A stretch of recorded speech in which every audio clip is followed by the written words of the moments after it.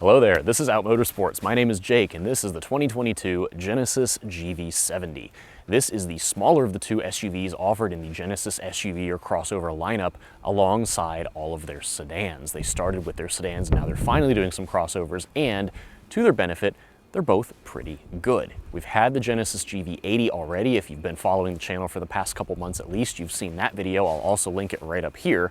But I'm really excited to spend time with the GV70 because this one is a little bit smaller, it's a little more fun, and we're trying to go after more of an enthusiast audience. And a lot of people don't necessarily want the bigger SUV, the bigger crossover. They want something more this size. This is more of that compact to small mid-size segment where you're looking at things like the Audi Q5, the Porsche Macan, the BMW X3. There's a lot going on in that segment, and the Genesis GV70 is allegedly here to compete with the best of them. Let's get into it and see how this thing is to actually live with as a daily driver. And before we get too far into this, please take a second, subscribe to the channel if you haven't already. We just crossed 5,000 subscribers. Really appreciate all your support there. We'd love to have even more of it. The more we have, the more fun we can have with things like this Genesis GV70 and everything else. So with that, on to the car. This is based on the Genesis G70 sedan, which is popular, it is good to drive, and it is a rear-wheel drive chassis. Now, these cars start life as rear-wheel drive, of course, because they are based on that G70, but they are all-wheel drive. So Genesis sells the GV70 with two different drivetrains. Both have standard all-wheel drive. They just have different engines up front. So engine-wise, this one has the bigger of the two. The smaller engine is a 2.5-liter turbocharged four-cylinder that makes about 300 horsepower. I haven't driven that one, but I suspect it's probably enough for a vehicle of this size. Of course, Genesis wants to send us the fully loaded example of all of these vehicles, so this is the GV70 3.5 Sport Prestige. So this has pretty much everything on it to include that 3.5 liter V6. It is a twin turbocharged V6 engine, 3.5 liters of displacement, 375 horsepower, and 391 pound-feet of torque. Pretty healthy for a vehicle of this size, definitely competitive with everything else that you can look at in the segment. That is paired, like I said, to standard all-wheel drive. It's a rear-biased all-wheel drive system, and that power goes down to the wheels through a standard 8-speed torque converter automatic transmission. It is an in-house design, not the popular ZF 8-speed that a lot of other companies are using at this point. All of the Genesis 8-speeds are their in-house design. Now, this one being a Sport Prestige, you've got some different things going on here, some of which you can see, some of which you cannot. The biggest thing that you can see immediately are these wheels. These are a 21-inch wheel, kind of an interesting texture going on here. I think it looks a little bit like carbon fiber, but whatever you've got going on, it's a dark gray wheel, it's a 21-inch wheel. And behind that on the front axle are 4-piston front brakes with a 14.2-inch brake rotor. Pretty large brakes on the front, similarly sized brakes on the rear. It's a single piston caliper at the back with a 13.6-inch rotor, if I'm getting those numbers correct. But in both cases, plenty of brake to stop this thing. The other things you get with the Sport Prestige most notably include an electronically controlled mechanical limited slip differential on the rear axle. So, like I said, these are rear-biased all-wheel drive systems, and having a mechanical limited slip diff back there, doubly so if it's electronically controlled for lockup's sake, really helps with traction in bad weather. It means that the rear axle can actually lock up, and even if one of the two back wheels doesn't have traction, the other one can still spin and help get you moving. That's really important because if you just have that center differential that locks up to provide all-wheel drive, which you get in most Genesis GV70s and many other crossovers, if you don't have any grip on one of the rear wheels, you're not going to really have grip on either of the rear wheels to get you moving, and you're only going to have that front axle to get you going. So having that limited slip diff at the back is very helpful in bad weather. Otherwise, with the GV70, especially with the Sport Prestige, you have 4-corner adjustable suspension, and this car has road preview. So there's a camera located up here at the top of the windshield, and it is looking out at the road ahead of you to sense the conditions coming up and preemptively adjusting the suspension so that you don't have super harsh impacts even in comfort mode. Obviously, things get a little bit tighter when you put the car in Sport mode or Sport Plus, and then they get a little bit softer in comfort. But no matter what, the car is trying to read the road ahead and figure out what it can do to make the ride that much better for you all the time. And like I said, this is the GV70 3.5 Sport Prestige. It is the top trim level when you pick that 3.5 liter V6. There is also a Sport Prestige with the 2.5 liter, although I don't know how similarly they are equipped because this one, of course, is the 3.5. So This one is painted Mana Red. It is a fabulous color. It has the ultramarine blue interior, which you'll see here in just a second. It is a fabulous color combo. Genesis offers a bunch of great colorways on this car, whether you get the 3.5 or the 2.5. It's really nice that they don't punish you if you want the smaller drivetrain offering. You can still have some really interesting paint colors and some really interesting interior colors. Ultramarine in this case is a nice navy blue with some red accent stitching everywhere. You can also get a green interior, you can get a burgundy purple interior, and you can get a whole bunch of other interesting color options with this car. It depends on which drivetrain you pick, which engine you pick. They're doing some really cool, interesting stuff with the interiors and, of course, the paint colors as well. Fully loaded, this MSRP is at $64,045, 64,045. And that's not terrible money for one of these, all things considered. If you go build a similar competitor's vehicle, it might cost a little bit more. So Genesis is definitely making the value play here as part of what they're doing. They want these cars to be sporty, they want them to be good to drive, they also want them to be a good value. So let's get behind the wheel of this GV70 3.5 Sport Prestige and see how it actually is to drive both on twisty back roads and as a highway cruiser.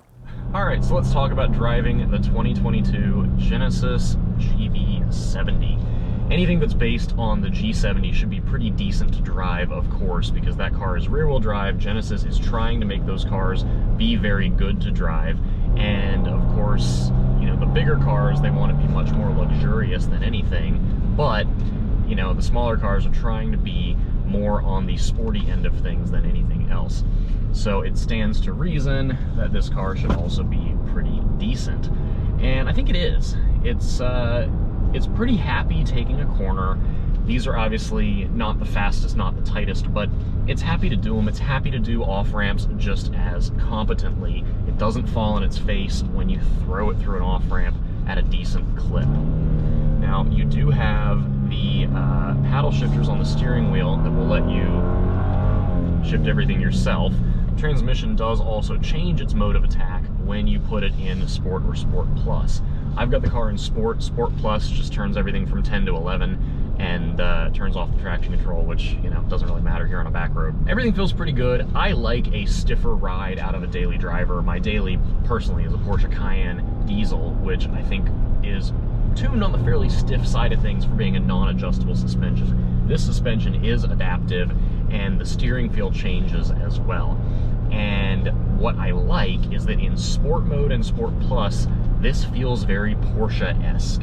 And I actually brought that up to the Genesis rep when I drove this for the first time, and he got this little smile on his face, and he goes, well, we benchmarked the Macan when we designed this car. So I thought that was a very interesting thing to say. I have not driven a newer Macan recently, but owning the Cayenne, you know, I know how Porsche tries to tune everything, and it's pretty neat. This does feel really good. The interesting thing is when you put the car in comfort mode, it relaxes, it's much more comfortable, so it's a little bit better at being a dual-purpose vehicle. Now, this engine noise is just out of the V6. This is not pumped in through the sound system. Genesis will do it. It is an option in the sound system settings, but this sounds pretty good, even at full tilt. It's kind of loud, but in a good way. It's not really coarse or gritty. It's a good sounding V6 as V6s go. And then through a corner, you know, you can throw this in, and the steering feel is pretty good for what it is. You've got a pretty good idea of where the front wheels are, and obviously, you know, this is no sports car, it's not trying to be, but pretty good feedback, pretty good feel, again, for what the car is. It feels nice here, and it's nicely weighted in sport mode. So I like the steering, and then finally slowing it all down, you know, you've got pretty good brakes as well that are confidence inspiring.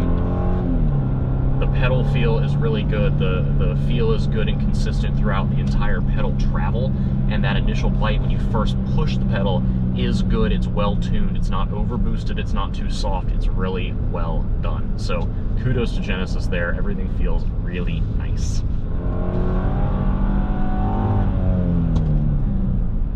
And that last upshift there was done by the car. I didn't do it, so it does get close to redline and clicks off the upshift for you because it just wants to wants to upshift on its own. There's no way to lock this into a total manual mode. You just have this rotary dial shifter that's got reverse, neutral, and drive, so that's all you're gonna get, and then you've got the paddles. So out of the tighter back roads and onto wider, opener spaces, let's talk about how this thing behaves as a highway car and as just a cruiser. So I'm gonna go ahead and put the drive mode back to comfort. You've got Eco, Comfort, Sport, Sport Plus, and then a snow mode. There's no off-road mode, like I said earlier. You know, Genesis has all-wheel drive here, but it's for the sake of snow and other inclement weather more than anything. Now, when I put this back to comfort mode, the side bolsters relaxed, the steering got lighter, the suspension got a little softer, and everything is much happier here.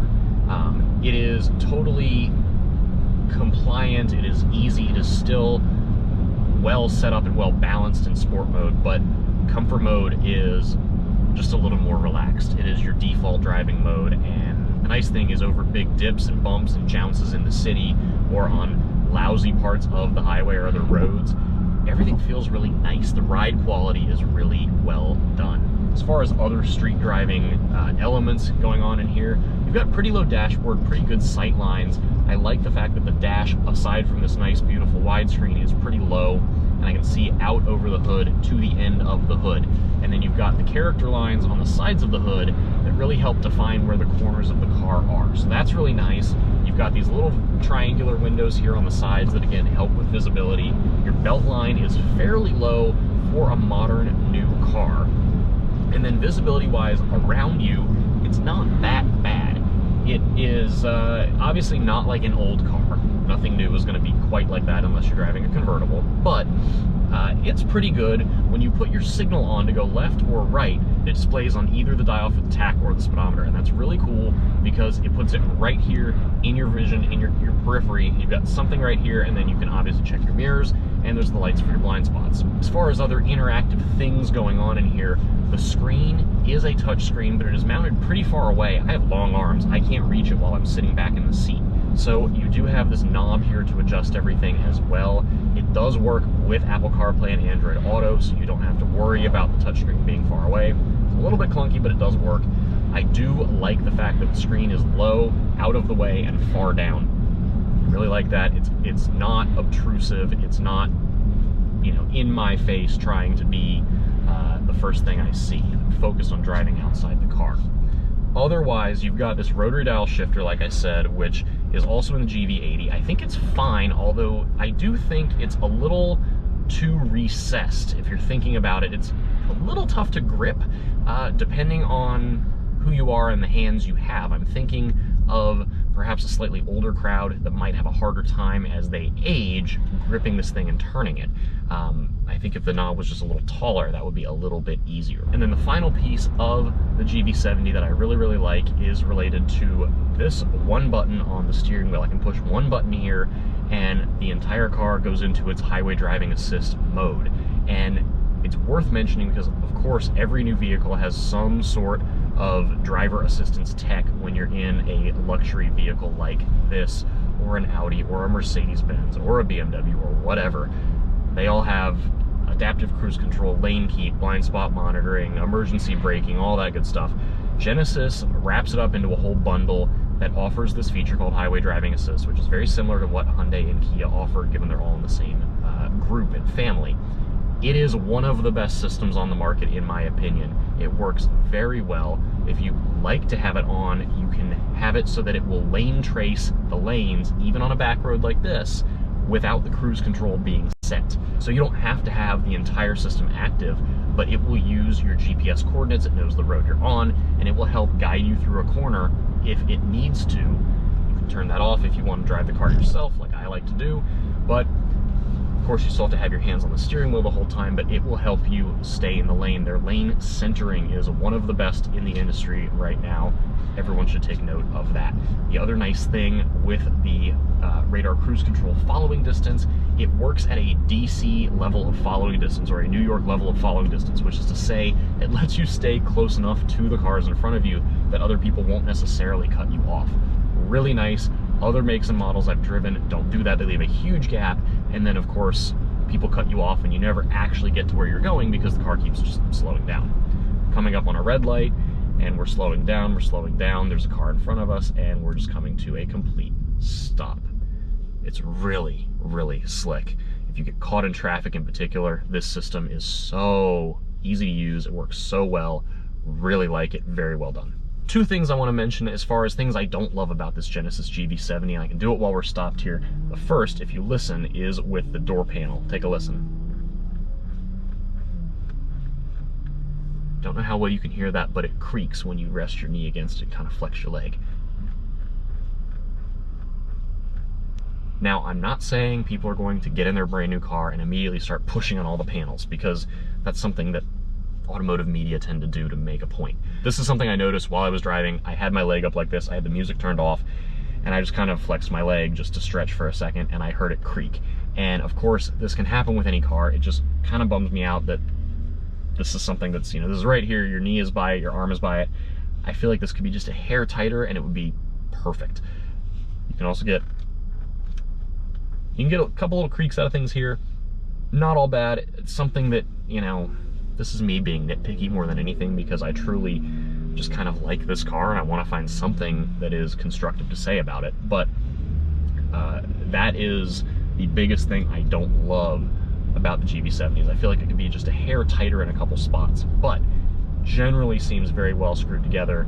And you know, beyond that, I really, really like how this drives. I think if you are considering something like a Macan, a Q5, definitely consider one of these as well. It is worth cross-shopping. Again, Macan, Q5, X3, Mercedes GLC, whatever, these are all similar size, similarly well equipped, and this one's fully loaded for 64 grand. All right, and that is it for this review of the 2022 Genesis GV70 3.5 Sport Prestige. Thank you so much for coming along today. As always, if you like what we're up to, please be sure to subscribe right here on YouTube. Turn on that notification bell so you don't miss a single thing coming up next. You can also find us on other social media, Facebook, Instagram, and Twitter at Out Motorsports. And if you'd like to connect with other LGBT automotive enthusiasts and motorsports competitors, both online and in person, please head over to outmotorsports.com. We have a whole community over there. We're building out our 2022 calendar, and we would love to see you both on the web and at one of our events. Till next time, please stay safe, be well. We'll see you again soon.